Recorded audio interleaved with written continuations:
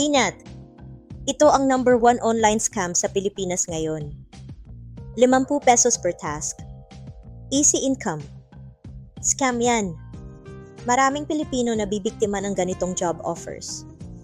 Sa simula, mukha silang legit pero laging nauwi sa pagkawala ng pera mo. Paano gumagana? Una, simple tasks para kumita ng 20 pesos hanggang 50 pesos. Pangalawa, papakita nila may earnings ka na pero hindi pa pwedeng i-withdraw. Pangatlo, sasabihin mag-VIP ka muna o mag-deposit ng pera para mas mabilis ang kita.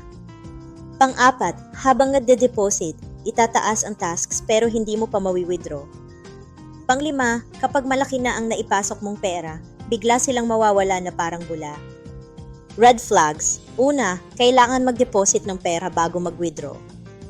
Pangalawa, VIP levels. Pangatlo, agent na sobrang nangungulit. Pang-apat, walang company name. Pang-lima, too good to be true ang income. Pang-anim, Telegram o WhatsApp groups lang. Kung involved ka, huwag mag-deposit ng pera. I-screenshot lahat bilang ebidensya. I-block ang agent, i-report ang page. I-share para hindi mabiktima ang iba. Biktima ka ng scammers. Ang scam ang problema, hindi ikaw. Deserve natin ang totoong oportunidad. Follow for more digital safety tips. Share this para sa pamilya at kaibigan.